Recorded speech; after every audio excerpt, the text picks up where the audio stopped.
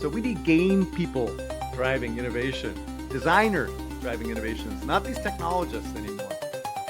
Welcome to Playing With Inference, a podcast looking at the intersection of generative AI and games.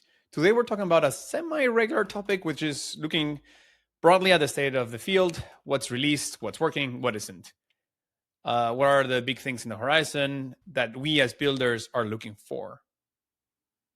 Yeah, and joining us to bring more of a broader games perspective and to keep us grounded and not drift into unsubstantiated hype is Eric Kress. Eric does consulting and advising through Gossamer Consulting, including being a strategic advisor for some very big names in games over the years. Prior to that, professionally, he was at EA doing several different business and product management work. That all said, you probably know him best through his frequent co-hosting appearances on the Deconstructor of Fun podcast, where he's given his takes on industry news for about the last 6 years. Welcome, Eric. Well, thanks for having me. It's good to be here. I also, just to be clear, I do consulting for investors on the publicly traded name, which is my primary business, but I've done a lot of consulting for industry people as well. So you like, and part of the reason why I was excited to have you on is because you have all those contacts with a variety of different companies in a variety of different stages, all sort of helping them understand where's the market going, how should they interpret all these news, how should they interpret new technologies, will it create new markets and that kind of stuff. And so I can imagine that your plate has been relatively full, fielding Slack messages, texts, phone calls, all about like, what's the future of AI? Like, how's it going to affect our businesses? Excited to have you talk through a bunch of that stuff here. Most definitely.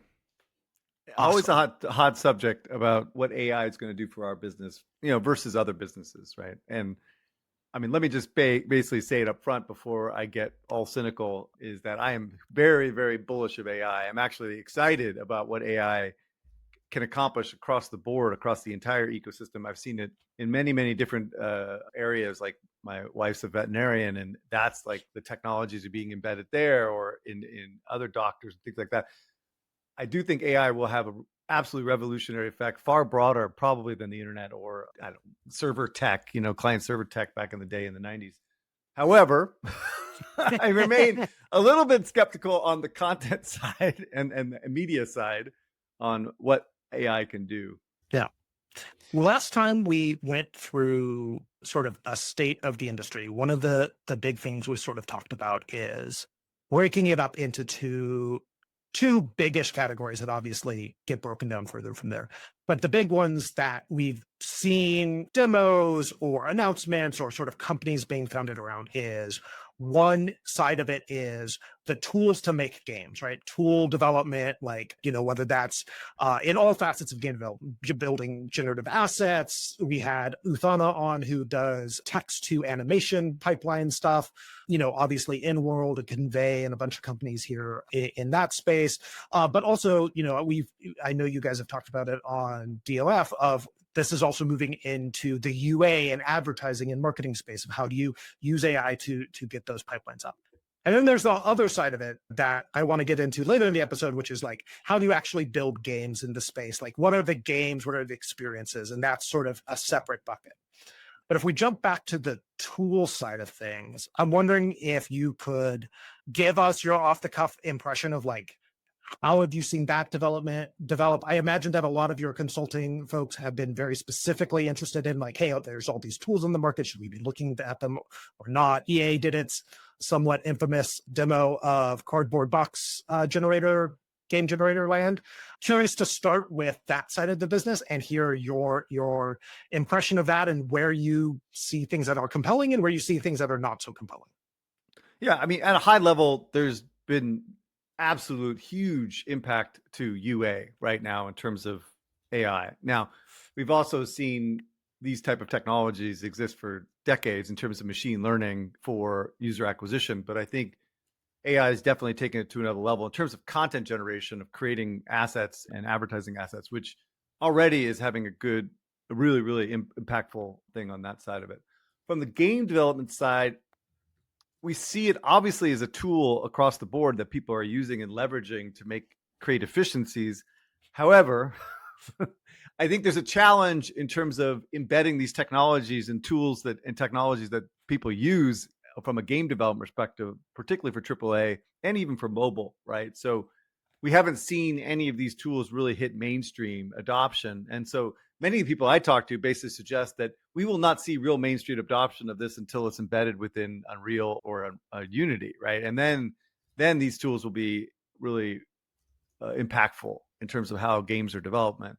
At that point, it is more of a capture for the big, right? And not really necessarily a benefit for the small. And that doesn't really create a lot of unique opportunities. And again, historically for gaming in general, technologies have not done well, right? Like it's not like there's like this great set of like comps for tech, right? In terms of making it ubiquitous and making tons of money either, right? So Unity, for instance, I don't think they've even ever made a profit on Unity. Period. End of sentence. The engine. And Unreal is not far away from that, right? Unreal doesn't really. That was not a profitable engine. I mean, they almost went out of business because they couldn't make games, and they were leveraging. They were focusing primarily on Unreal. It wasn't a good business model for them. So, yeah, technology is a tough place to be. And while I think it is likely to create some really cool, unique things within gaming, it's only going to supplement the existing platforms, PC, console, and mobile. I don't really see it as kind of changing the landscape per se. What do you think? Oh, sorry. Most importantly, where the opportunities are for new entrants into the space, right? So if a small developer starts using cool AI tech that is really, really powerful, it will likely be replicated by the big or by these engines, and then everyone's going to use it. So it's just going to raise the bar across the board from a tech perspective. Where do you think it's mainstream adoption only will come through this tech being embedded in Unreal or Unity? Because one of the it's obviously bad parallels, but there's some analogy, like some rhymes in there. In the developer world, so in the software development world, when we are seeing is that all of these AI coding tools are forks and rethinking of the IDEs. Still not the final form. There's a lot of iteration, but what you see is people really jumping into Cursor or jumping into Windsurf or Cloud Code, which are not direct. They're not embedded in a previous. They're obviously forks, but they're not like embedded in the traditional IDE. And in fact, it's been the new participants that are gaining all of this, like all of the growth is going to the new participants. And GitHub Copilot, despite having all of that Microsoft audience, somehow it's not the big boy in town, right? Cursor is like the one to beat at a time. I don't know if that's in the actual numbers, because obviously, like if you just enable autocomplete on GitHub Copilot, that will count into their numbers. But in the actual, like, if you look at what people are actually using for AI code development, then they're relying on this like new entrant platforms. So I'm curious what you think is different than in the gaming industry that will require for these tools to be embedded in the either Unreal or Unity, in the actual big boy engines. Okay, let me take a step back, because once you start doing all these acronyms, then you basically lose me. I might as well. Sorry, I love acronyms. Step aside, because I am not in it the way you guys are in it. Okay. What I'm talking about at a high level, the way the game market has become is it is a battle of the big right now, and so people have to understand that the majority of the market share is being dominated by big games like Fortnite, FIFA, Madden, Call of Duty, whatever, right? And so what I'm trying to suggest is that any type of AI tools and technologies that are leveraged are not going to be included within the biggest games of the industry until it becomes part of the engines themselves, right?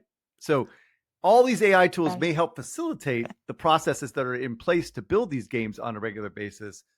But the way, again, it's been described to me, Madden, for instance, is on a 9-month development cycle, right? You're going to throw AI tools into the mix in order to like help facilitate something. You're going to break shit, right? And they have to get it out in 12 months, right? So it's like, so anyway, so these are the games that are really driving the market. And competing against those games is going to be insanely tough. So I don't think we're going to see that much ubiquitous use of these type of tools and technologies until those type of games are using them, and that will occur when they're embedded within the engines themselves. Does that And make sense? I yeah, see. Yes. yeah. And mobile's the same thing, right? You think Candy Crush is going to sit there and start embedding all kinds of AI tools and technologies in order to get out their levels every week? Like that's a challenge.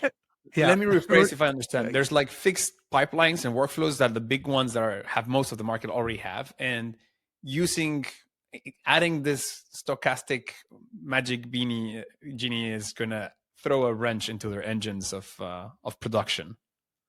I don't think I'm almost 100% certain, right? Okay, Yeah. good. And what you talked about the EA thing, or maybe that was off camera, but like the EA, the tech guy, the McKinsey dude who's never worked in the video game space in his fucking life, right before he joined EA, right? He's up there talking bullshit about all this tech that they're building up in Toronto. You know, it's like he doesn't know what he's talking about, right? Like you can build all these cool tchotchke tech, but that's never going to get embedded within Madden or fucking Battlefield or anything else. Like it's ridiculous. Like the whole thing is like a total pipe dream for him.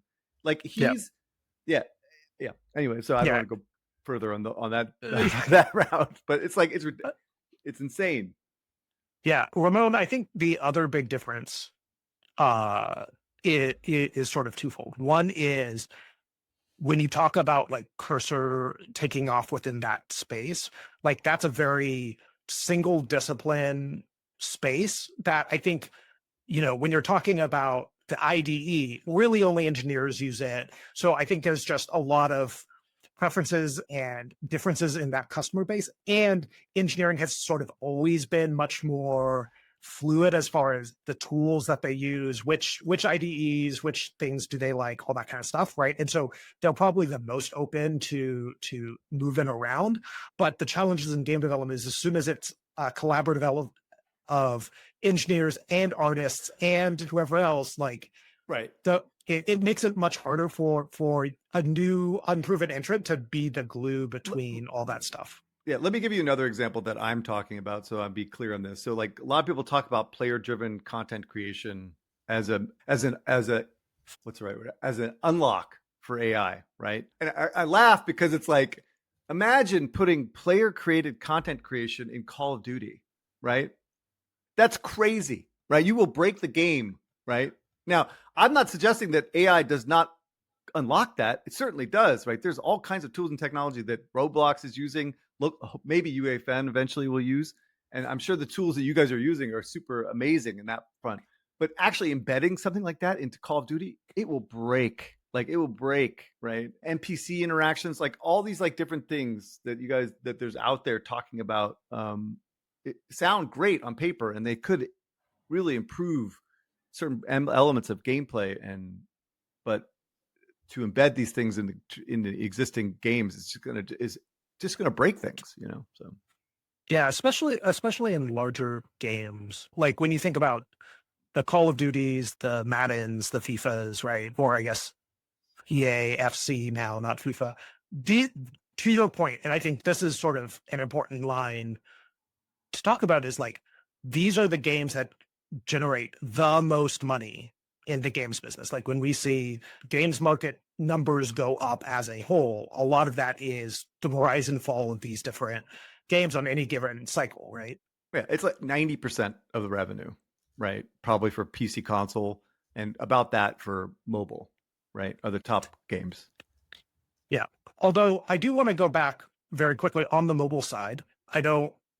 We usually don't do topical news of the moment on this podcast, but with the King layoffs, they are talking about how King specifically has a bunch of tools that may or may not be AI generated that they're going to get efficiencies from now that they're laying off the studio. And so I want to take that away from that specific instance because who knows about the reporting, like it's all in the wake of this layoff and we haven't necessarily gone super deep on it. But I actually am a little bit surprised because I think these larger studios are the ones that have the most money for these tools. But to your point, the least incentive to shake things up and go deep on tools.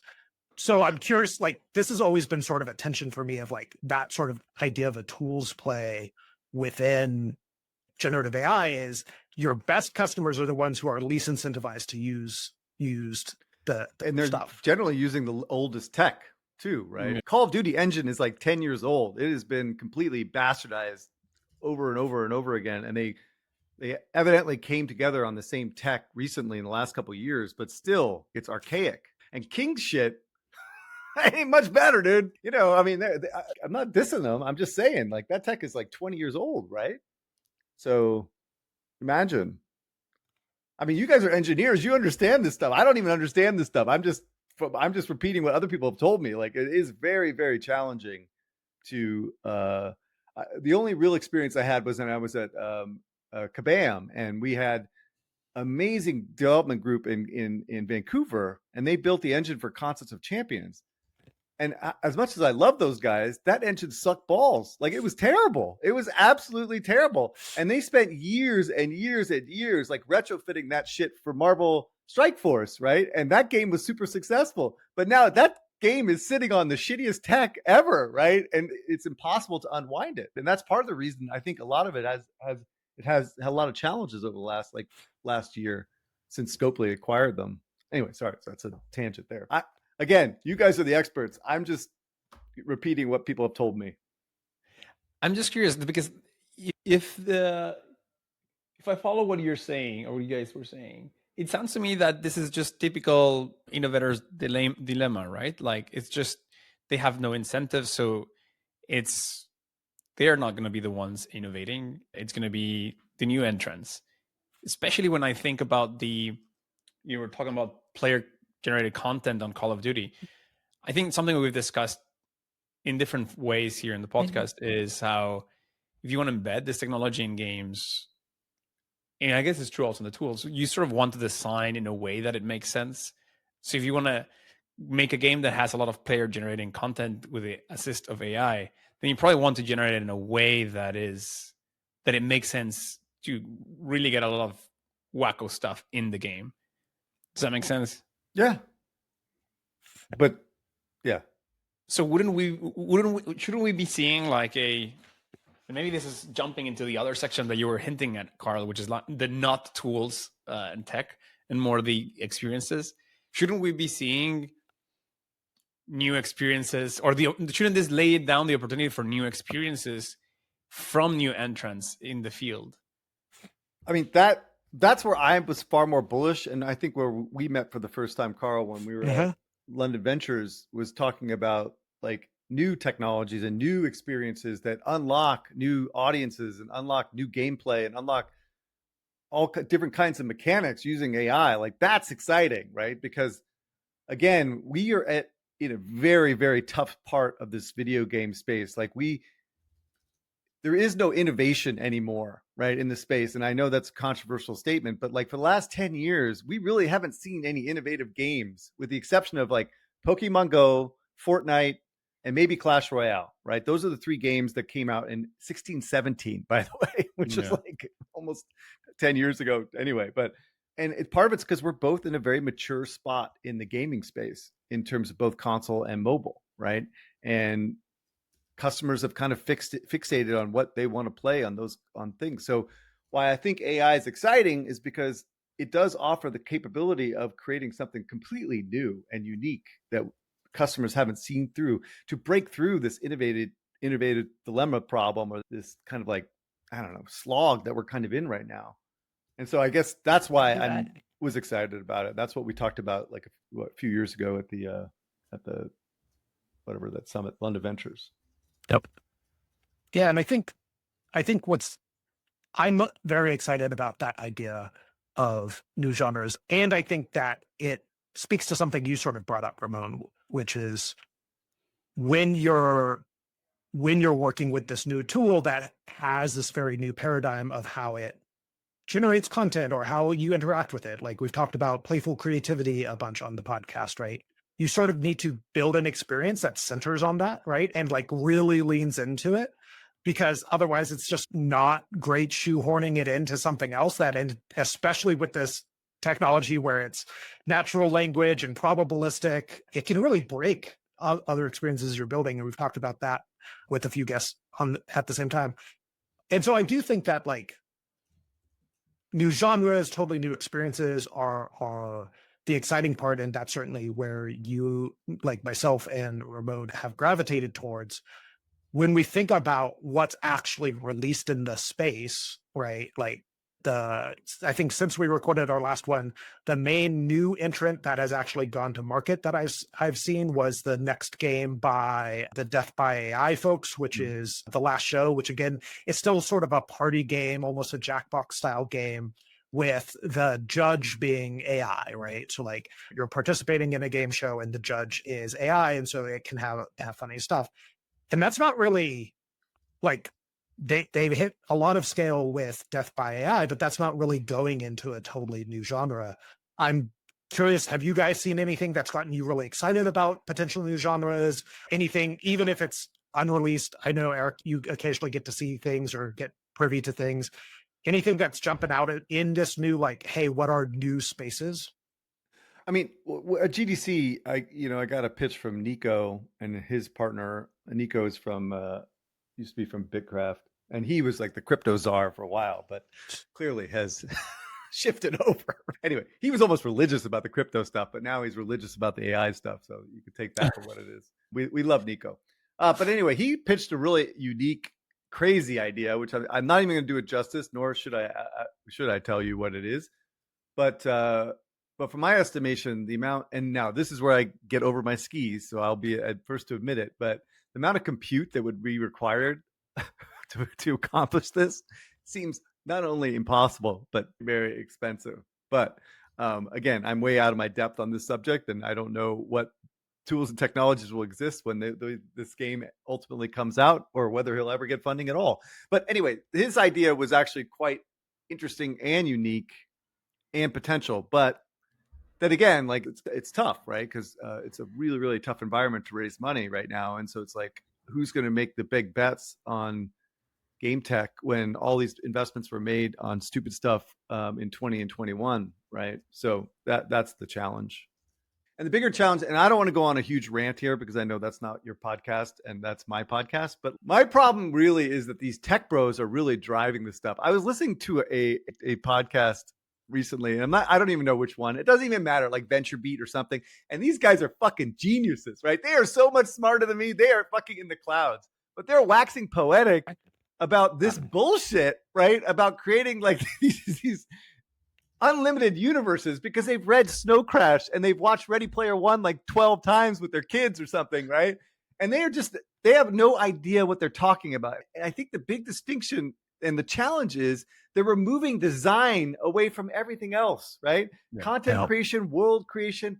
There's a huge element of design that makes games amazing, right? And that's required, right? You just can't let shit just run, right? That's not the way it works. And even forget interactive, even linear content's the same thing. You can't just create something, right? You need Spielberg, you need like real like creatives to figure this shit out, to design this stuff. So anyway, all right. So I have problems with the big tech guys like leading the charge here, and that's what I'm seeing a lot of these days, and not designers. And the last part of the rant is that the history of this has been horrific, right? So just to be clear, Meta and VR shoved down their throats billions of dollars investment for what? Fuck all. Okay. Google streaming. How much money they spent on that bullshit, right? That technology never even made sense for gaming. Apple, the second most biggest disaster in gaming with arcade. No one wanted that tchotchke bullshit, right? Microsoft with 360 launch. All I have to say is that in charge of marketing for the 360 was a guy from Hotmail, right? Fail. And then blockchain gaming. Enough said. Enough said. I don't even need to go into that. I don't know. They always want to get involved in interactive with the big tech guys, right? But ultimately, it's like the games are what suit the platform. It's about design. It's not about content necessarily. But let me just finish it. The biggest failure of this was fucking the metaverse bullshit, right? Matthew Ball McKenzie created this circle jerk bullshit about the metaverse, which created expectations beyond anybody's insanity. $3 trillion by 2030, right? It's ridiculous, right? Absolutely ridiculous, right? And so these are the guys that are driving and pushing this stuff and creating expectations that are just so out of whack with reality, right? So we need game people driving innovation, designers driving innovations, not these technologists anymore. So okay, that's so first, as a self-identified tech bro, I significant offense. No, just kidding. I think so. I concur with the metaverse reading. I think is ridiculous, and I think similar to the blockchain one, it smelled iffy from the beginning, and it's one of those things like, why are smart people? So one of the things I struggled a lot is like, all of these people I respect and I think are smart are somehow not making sense, and I just can't square those two. But I do think that there's something like what I feel all of these share is that they're trying to make a bet of what is going to be the next distribution platform. They all saw, the iPhone moment and how that created this huge mobile market, and they are expecting, well, there was one of those events, there must be another event where we create a new device or a new platform or a new like eyeball to app store relationship, and I want to be the one holding those keys. And I think that's a little bit of like the metaverse, and that's a little bit that's certainly the metaverse. That's almost the origin story of the metaverse. And that, I think, explains the Google streaming bit. So the other alternative explanation is the typical Google PM having to run for promotion. Anyway, I wonder if maybe we're being a bit too critical on that side, because if that's the case, because one of the big complaints you hear in the gaming industry is the distribution side, right? Like, okay, you are all stuck with the same consoles and the same like app stores. We need to find new distribution avenues. And it sounds to me that these are attempts at those new distribution channels or new like platforms. Shouldn't we applaud? Should we like be like, okay, what are new distribution channels that can be built? And the other part is like, does AI provide any sort of like hints at new distribution channels, or is this just something that gets embedded into the existing ones? Yeah, I don't know.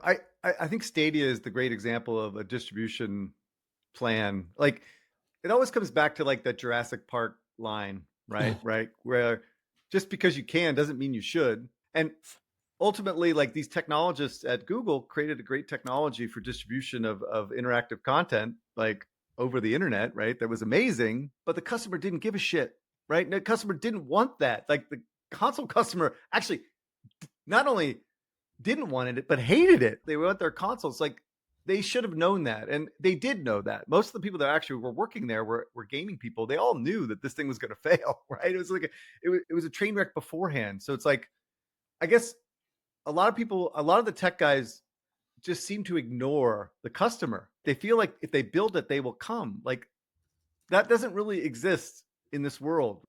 Nintendo for a long time was kind of in that realm, right, where they build it and they would come build the Wii and motion tech and everyone's coming, right? But they've succumbed to traditional game console development, right? It is a handheld, but it's still the same controls as Sony and Microsoft. So it's like, those days are over, right? And you have to understand where the customer is, and build to the customer. So back to the distribution thing. Just because I can't see it doesn't mean that AI can't do something on the distribution side. Like, that is a big solve that needs to happen, right? And so like, it's certainly working on the UA environment right now. Is there a way for AI to create better discovery of games out there on the internet? Probably, right? You would think it would ultimately, but I haven't seen anything like that or know of anything like that. I think it's possible. I just keep coming back to the same idea. Is like, if you solve what the customer wants, like what their needs are from a gaming and interactive perspective, you can build stuff with AI that's going to really like blow their socks off, right? That's the focus, right? That's where the opportunity is, and that's where all these game designers that are engaged in this stuff should be thinking about. Okay, I don't want to create what the technology allows me to create. I want to create what the customer wants. And another example of that is the blockchain stuff, right? The blockchain stuff made sense from a customer ownership perspective, but if you actually boil that down to what it is from a gameplay perspective on a moment-to-moment basis, dude, it's trading on an exchange. Dude, I play World of Warcraft. The last thing I want to fucking do is go on the auction house unless I have to. And so you're basically creating a whole technology around the idea of trading shit within the game, which is a shitty fucking experience, right? So anyway, create what the customer wants. The customer knows what they want, right? They're not. The whole part of the early part was that innovations, like, we haven't seen innovation because the customer already knows what they want, right? They've already been playing on these consoles and these PCs and these mobile devices for decades, right? And so, like, you just improve on what they want, not necessarily create something like dramatic, right? Necessarily. I think it's really salient that there's a lot of times, and this is not just like tech bros. I think this is also the game industry and most hardcore capitalists in a lot of ways. I think look at something like the platform problem and distribution problem and are like, oh man, we need to create the next platform that we can own, right? Oh, we need to create the next business that we can own, right? Instead of saying like, well, what are the problems that the players have in the current ecosystem and how can we solve them, right? And I think that not looking at that customer need and customer experience has driven a lot of different technologies, different businesses. That's why we had for a while Steam, but also Uplay, but also Origin, but also Battle.net, but also because like in many cases, those were not trying to solve a pain point for the customer. They were trying to solve a pain point for the business, right? And I think to your point, looking at what is the customer pain points, what are the player pain points, how can we make stuff that solves that? I think to your point in discovery, we've seen a lot of like where AI was mostly used in, or machine learning, sorry, where machine learning was mostly used in the industry for a long time was in recommender engines, was in those sorts of, hey, how are we getting the right thing in front of the right customer at the right time? And so I do think that, to your point, I don't see it yet either, but there's probably some extension of that can continue to help with discovery problems, because that was like Spotify Discover Weekly isn't exactly the right paradigm for games, but these are all places that machine learning has really, and AI has pushed that stuff in good directions. The other point that I will make to add on to designers need to be steering this towards customer pain points is, I think, the challenge I see also in the conversation is, oh, AI is going to do everything. AI is going to take over the whole thing and do it all. And we don't need any of our old tools. We'll only use AI to solve all of our problems moving forward. And I think that is my current soapbox of that's what's wrong with folks jumping into this space right now is I would advocate that, hey, designers, use all the same tools you had, and now you have a new one that does really cool new things in very specific areas, right? Like it does natural language processing in a way that you could never do before. It does natural language reasoning in a way that you could never do before, right? These are amazing things that can be really useful in concert with a bunch of other tools. So don't throw everything out. Find what does this unlock that you can do in a new way. And I just see this goes to the sort of tech bros on podcast. Sorry, Ramon, where I think so many of them are just like AI is going to take over the whole stack and you'll need nothing but AI and like take all that old software, throw it away. It's just the AI PC now. And I'm just like, that's not how any of this is going to work. That's not how we do any of this. Like you use all the tools, including the new ones in concert. That's how this is going to get the best results. Right. And again, my understanding is that with game development, like there's so many dependencies, it's not not like nothing's in a vacuum. Like there are different verticals across the board that need to work together, right? And so even if you had AI tools like enabling all kinds of content creation, that doesn't mean the animator doesn't have a bottleneck, or the designer doesn't have a bottleneck, or the QA. Like it's all these things are interrupting together, and so it's just it's a place in the stack. It's not going to replace everything. So that's the extent of my knowledge of game development. Just to be clear, like. I'm a business person, not a big game developer. So business person, where do you think the customer is? Where, like you were signaling tech pros like yours truly about not doing what the customer wants. I'm curious, where do you think is the zeitgeist on players? What are they clamoring for? So this is a big debate between lots of people within the industry about what to build next. Are you building for the expectations of the younger generation of Roblox and Minecraft and UEFN and Fortnite primarily, and building out like social experiences that have lots of content, like building around that type of thing? Or do customers just basically naturally evolve? And as an anecdote for my kids and their friends, is they go from Minecraft to Roblox, back to Minecraft to Fortnite, and then get a console, and then now PC gamers, right? It's like that evolution of the gamer type notion. Is that what you're hoping for, right? Is that these guys, basically Roblox is a gateway drug to get them addicted to gaming, right? That's always been kind of my opinion, but like I've gone back and forth because there's a lot of evidence that some of these features and technologies are actually starting to come out on traditional games as well.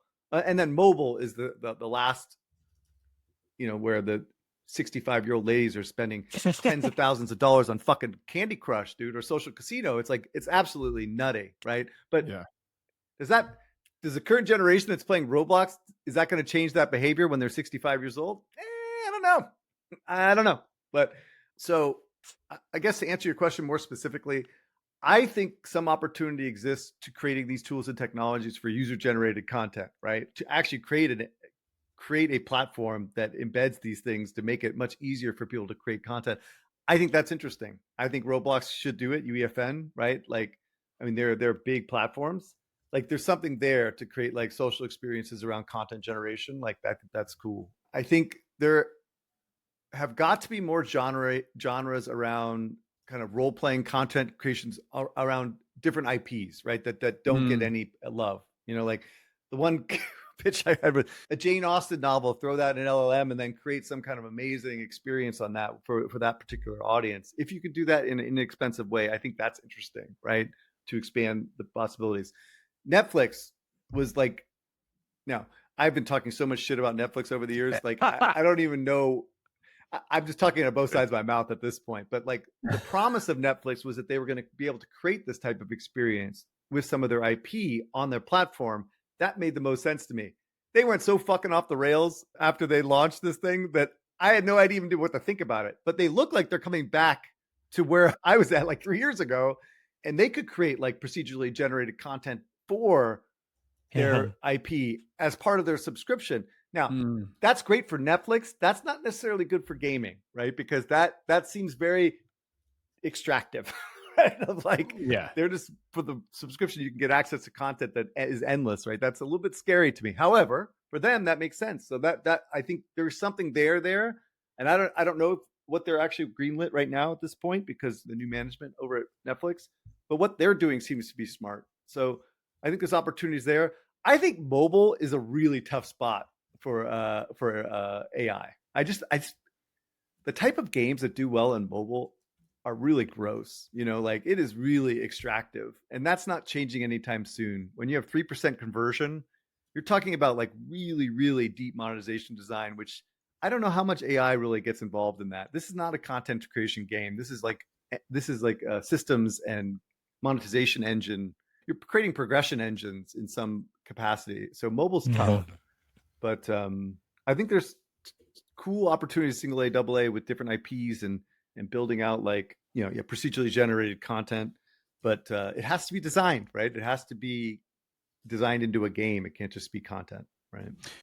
But you were talking about, so you see opportunities within, platforms like Roblox or UEFN. That doesn't, well, I don't know about UEFN, but it doesn't sound like very design, right? It feels more like you just have a sandbox and then you let players create there, versus having a design like a well-crafted environment.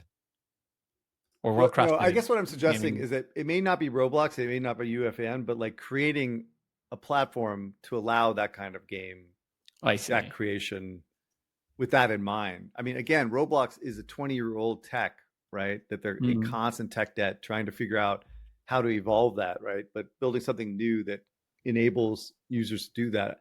There's something there that's interesting, particularly for the new generation. I don't even know if UEFN or Roblox is capable of that at this point.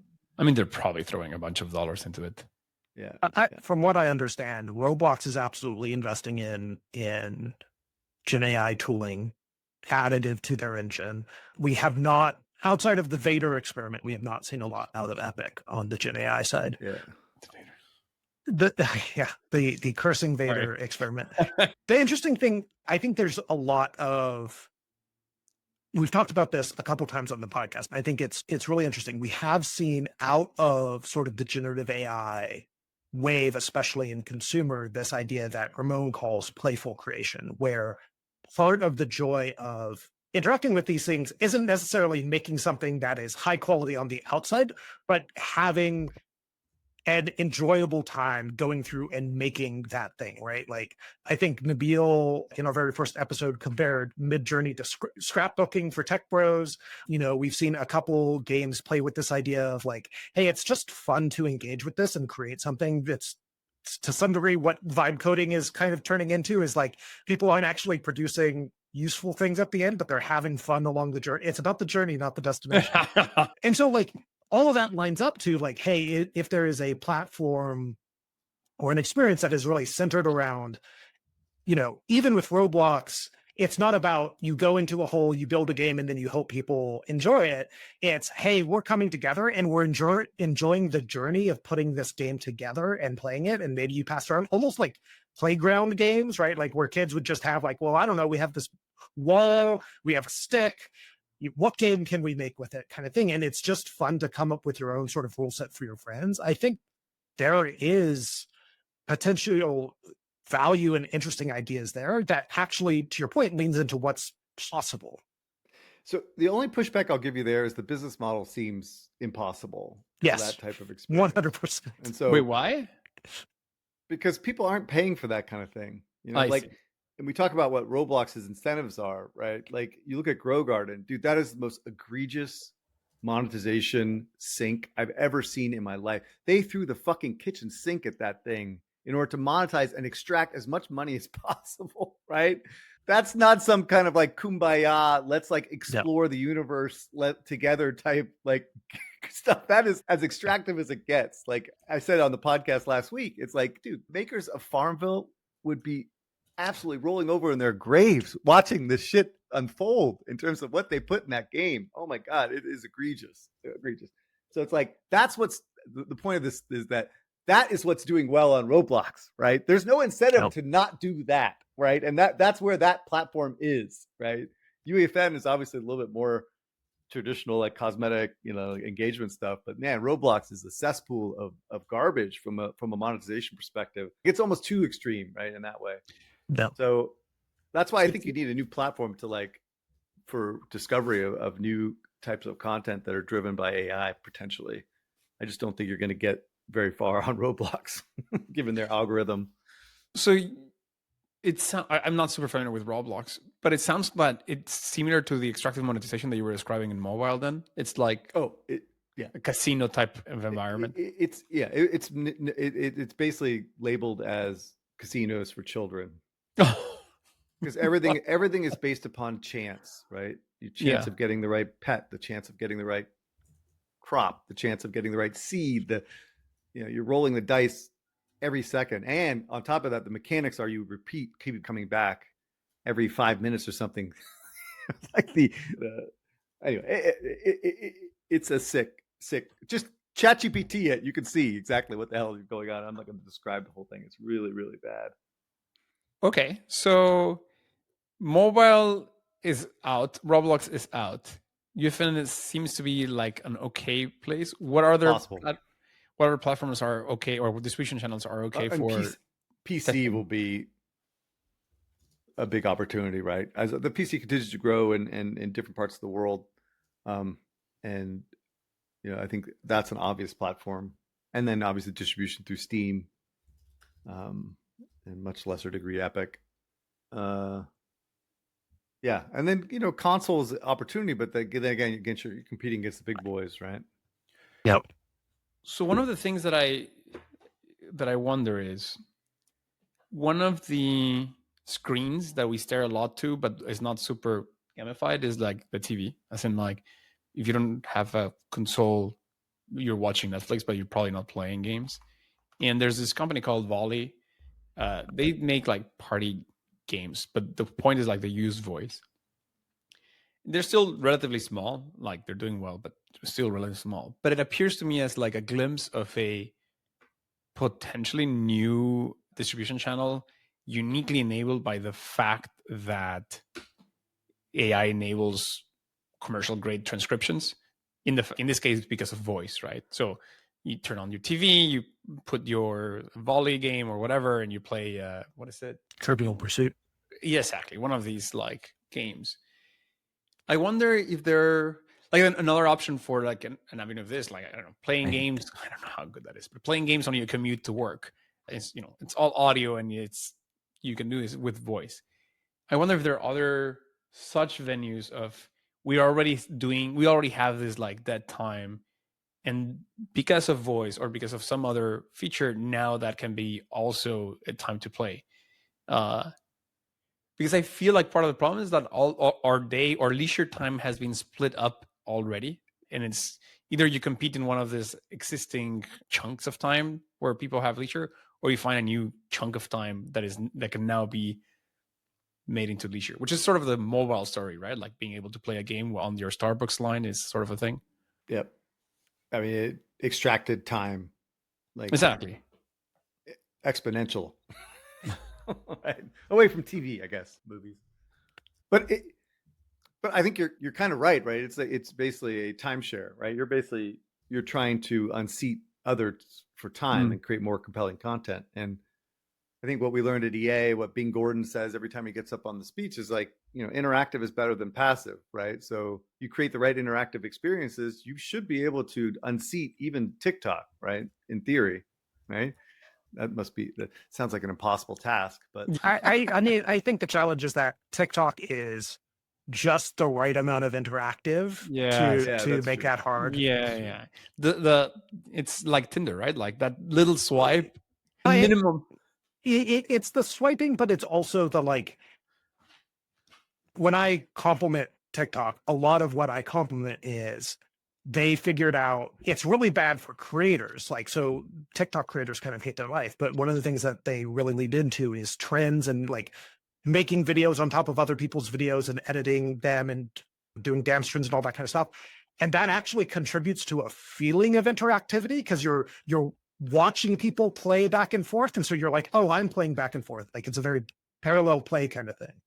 yeah. So I don't want to repeat myself too much here, but like this is actually the exact conversation designers should be having, right? Because unfortunately, right now, this is a market share game, right? It is a red ocean out there. And so basically your success is at the detriment to someone else, right? And so what are people doing and how are they interacting with their phones and their computers and their televisions and their consoles? Like you need to figure out a better way for them to interact with that's more compelling, right? To take share away from Call of Duty, to take share away from TikTok. That is a completely different mindset than mobile has been for the last like 20 years, where you're just throwing out there things what sticks, right? Building more engagement mechanisms, building more monetization mechanisms, like you're just basing +1, right? It's a kind of different mentality, right? It's a zero-sum game. And I hate to say that because it hasn't been that way in so long, but it is kind of a zero-sum game. And so that's a different mindset to be in as a creative and as a designer. And that's the kind of market that I think we're in for the foreseeable future until some new platform comes up. And we talk about on the podcast, like, I think the Facebook glasses is probably the only thing that I see on the horizon that is interesting, but that seems more like a productivity / information thing, not necessarily a gaming thing. So I don't know of any other platforms that are coming. VR is dead again. Like VR died like 3 times, right? This is the 3rd time. Hopefully it's down for the count, right?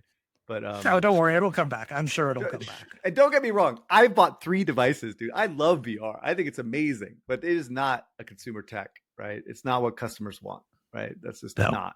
So anyway, yeah, I just don't see what new platforms there are to get excited about. Okay, so quick tangent. I think VR is going to be consumer ready, so to say, when I can work in my headset for weeks at a time and not feel dizzy or strained or anything, right? Like, I think first we'll see it in productivity because I like to have a lot of monitors, and then you'll just start like, and then people will create like the games in there. I think doing it the other way around, I think it's too hard. Dude, I just met you, but no offense, dude, you got to get out more. You got problems, dude. This is the biggest problem with that thing, right? You can't just throw something on your face in absence of everything else, right? Your whole life doesn't stop because you throw a fucking interactive device on your head. But don't you feel like if you're already spending a lot of time on it, then the temptation of jumping into a game seems like feasible? No, I no, mean, like, I know. I'm saying that you don't do the first part, right? You don't sit there for fucking 3 days really? in a VR environment, dude. Oh, really? Okay. You okay. got Yeah, I problems, disagree dude. strongly You with gotta you. I think feel through like your life at this point, right? there's a so for work, I could totally see myself 8 hours with that thing strapped in, right? Like for a given form factor. The problem here is form factor. That's a lot of carrying there, but What I am saying is that you have to rethink your existence. If you think 8 hours in a VR environment is okay, right? Like that's you're not the mainstream, right? Let me just be clear on this, right? yeah, I think it's more a how unique are you within the world of consumers, Ramon? I also think that I have a strong suspicion your feelings on this will change come September. So, Oh, is he having a child? yes. Yeah, exactly. Oh, that's your problem. You haven't had kids yet. Oh no. Yeah. Here we go. Wow. Anyway. What do you mean? We get a headset for the kid as well. Yeah, that'll go over well. No, I'm with you, dude. I'm sorry. I could do it. I always joke. It's like when I'm like in my 70s, dude, fucking plug my ass in, dude. I want to be a samurai in my 80s, dude. And I want to just adventure around the world, even though I can't get out of my fucking chair. I want to be everywhere, right? Continue, sorry. As an adult with children, you got to get out there, dude. Okay, but then that's the right evolution that you were talking about, and like from the customer, right? Roblox, console, PC, mobile, samurai on VR. Yeah, exactly. Yeah, that's where the train is going. Yeah, Perfect. exactly. Yeah, plug me in, dude. Just like Matrix, right? What? I do think, actually, I'm kind of just joking with you, but I do believe that they will have a better interface, like glasses that beam shit into your eyes or something like that, or whatever, that'll make it less separating yourself from the world. And that actually could actually improve that. But we're like a decade from there, easy. I'm going to be long retired. Dude, I'm going to be in my 70s by then. But that's exactly when you want to be a samurai, the right? Perfect time for the samurai. I know. Yeah, you're right. I'll be the perfect demo for this. We'll sign you up on the early access train a decade ahead of time. I hope you guys are designing the games for it too. We'll get right on it. I'll design that, and then I'll also design the experience where the 70-year-old women, instead of being samurai, they're just playing match 3 in their VR headset. That's perfect. Exactly. Before we wrap up, the sort of last topic I wanted to hit, because you brought it up a little bit ancillarily, when folks are like, we've talked about, hey, we want to put this in the hands of designers. We want designers to think about what the players are experiencing and that kind of stuff. Right now, there's sort of 2 headwinds that make being the designer ahead of a pirate ship designing AI experiences a little bit tough. One is funding in the game industry is not particularly exciting right now. And I think a lot of us were hoping that, hey, we're doing this interesting mix of GenAI in games, and one side of those will help bring in the funding, even if the other side lags. It turns out that rather than being like the best of both worlds, we're more in the no man's land that no one wants to fund, or it's very difficult to find the right funding partner. And then the second part is, even if you get past the funding or you decide to bootstrap, business model is very hard in games right now. And I'm curious from your perspective, since I think you particularly specialize in both of those things, what is your current, like, not necessarily critique of what is there, but sort of like, as you talk to these designers that you want to dive into this stuff, where would you push them to how to think about getting projects off the ground and how to monetize them when they're there? Okay. So I'm going to do the second part first, because I think we basically have come, it is very clear that Premium Plus is the only way to go right now from a business model perspective to get interest, right? So a way of extracting money upfront from the customer, as well as providing a service that either microtransactions or subscription or whatever ongoing, like that is the business model that makes sense. A premium only model does not make sense anymore. Premium expansion, maybe, like that, like Destiny model type thing. But that's just like a weird Premium Plus anyway, right? Yeah, exactly. So I'm just throwing it out there as like, it kind of makes sense. But like a premium one-off product, even though we've seen some success there with Pal World and Helldivers and stuff like that, it's still a very, very tough model. Pal World took like what 10 years to make, right? And Helldivers about the 6 years or whatever. So it's like people are VCs, others are not going to wait around for that, right? Investors are not going to wait around. From a funding perspective, I think we're in a situation in which it is very, very challenging. However, there are more independent publishers that are coming out of the woodwork to help fund good, solid projects that have potential. And I think that might be the model. It's more of a publishing model than a VC model, which always made sense for gaming anyway. VCs never made sense for gaming, particularly traditional console PC. It did make sense for mobile, but not for traditional PC console, in my view, anyway. And I've said this a million times on the podcast, and you can listen to that all you want. So like Lightspeed investing in like Believer or investing in Dream, whatever, that makes no sense. Like none of that makes sense, right? So, but anyway, I'm not going to go down that rabbit hole. So hopefully these publisher models start coming out and getting a little bit easier to find it. Like, okay. So anyway, new publishers are coming out. Like Kepler Interactive, which did some big games, Expedition 33 and a bunch of others. They're really, really smart. Supposedly there's teams that are being built around like Bing Gordon and like Mitch are supposedly coming up with something there. And there's some teams that are coming out that you need to explore and find and look at from that perspective. And they can incubate a lot. And they're on a publisher model. So they take a lot of bets and know how to manage game design and game production, right? So the problem is that the VCs became the fucking publishers, right? Or they don't know anything about game development, right? They're not publishers, right? They're venture capitalists, right? And so anyway, I think if we start to see more and more of those type of companies come up, I think that will be an interesting way of getting funded. But yeah, to get them excited, yeah, Premium Plus is probably the right model. So that's kind of my answer there.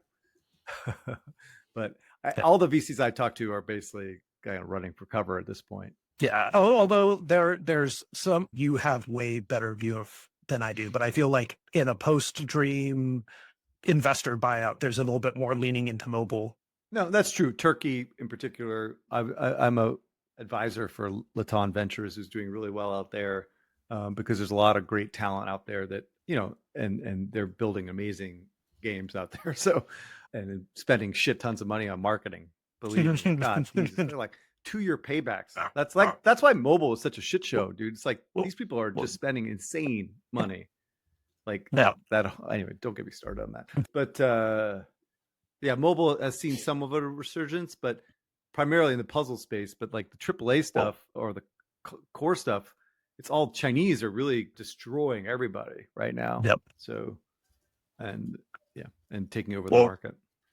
Amazing. We are out of time. I really appreciate you joining us, Eric, and bringing your insight and knowledge. If folks heard something that they really liked from you or wanted to get in touch with you or hear more of your wild opinions, what's the best way for them to reach out or hear more?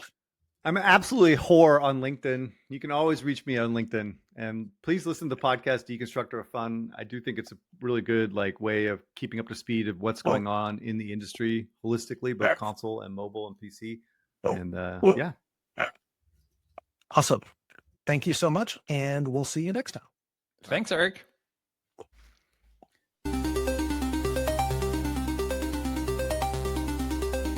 Thanks for listening to the full episode.